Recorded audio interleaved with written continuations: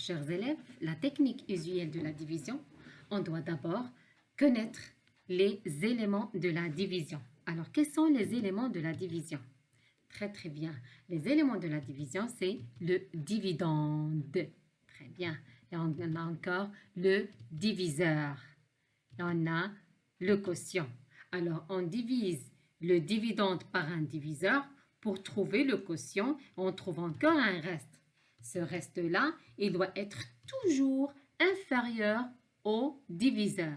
D'accord? Le reste doit toujours être inférieur au dividende.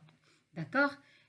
On doit encore s'assurer de la relation qui dit que le dividende égale le diviseur fois le quotient plus le reste.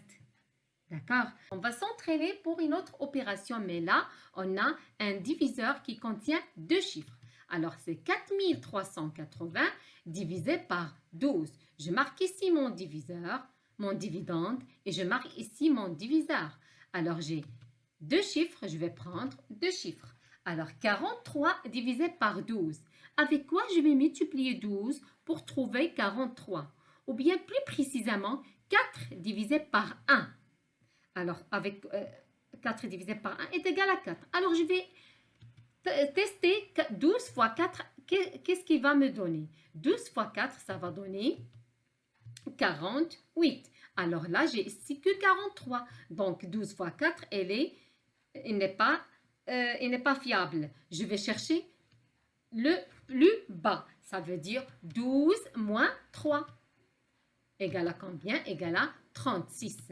D'accord? Alors, 36, je dois l'utiliser, on peut la soustraire par 43. Alors, je vais prendre mon quotient ici, c'est 3. 12 fois 3 égale à 36. Je vais soustraire 43 moins 36. 3 moins 6, c'est impossible. Je dois barrer le 4 pour trouver 3. Donc, 13 moins 3, ça va donner 7. Et 3 moins 3, ça va donner 0. Je vais descendre le 8. Alors, maintenant, c'est 78. Alors, je vais tester maintenant. 12 fois 4, ça donne 48. Je vais chercher supérieur à 4. Donc, je vais chercher 12 fois 6. 6 fois 2 égale à combien? Égale à 12. Je vais écrire 2, je retiens 1. 6 fois 1, c'est 6, plus le retenu, c'est 7. 72, elle est plus proche à 78. Alors, mon quotient là, je peux prendre 6. 12 fois 6 égale à 72. Je vais soustraire 78 moins 72. Je vais trouver combien? Je vais trouver 6. Je vais faire descendre maintenant le 0. Alors, c'est 60. Je sais bien que 60 parmi les multiples de 12. Oui, c'est très bien, c'est 12 fois 5. 12 fois 5 égale à 60.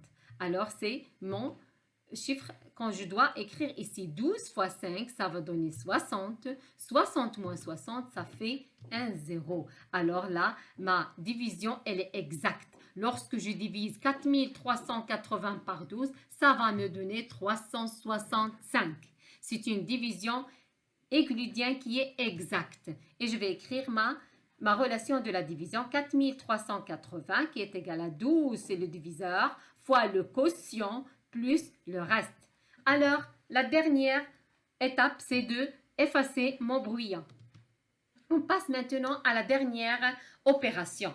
D'accord? À vous maintenant de l'effectuer. Ce n'est pas moi. 3697 divisé par 15. J'ai deux chiffres. Je vais prendre deux chiffres. Donc, 36 divisé par 15. Très bien, 15 fois 2. C'est très bien, 15 fois 2, ça va me donner combien? Ça va me donner 30.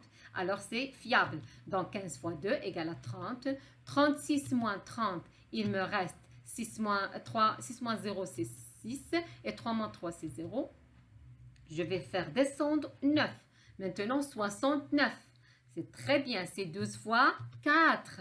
12 fois 4 égale à combien? Égale à 60. Alors, on peut l'utiliser. Donc, 15 fois 60, ça va donner 15 fois 4, ça va donner 60. 69 moins 60, il me reste 9.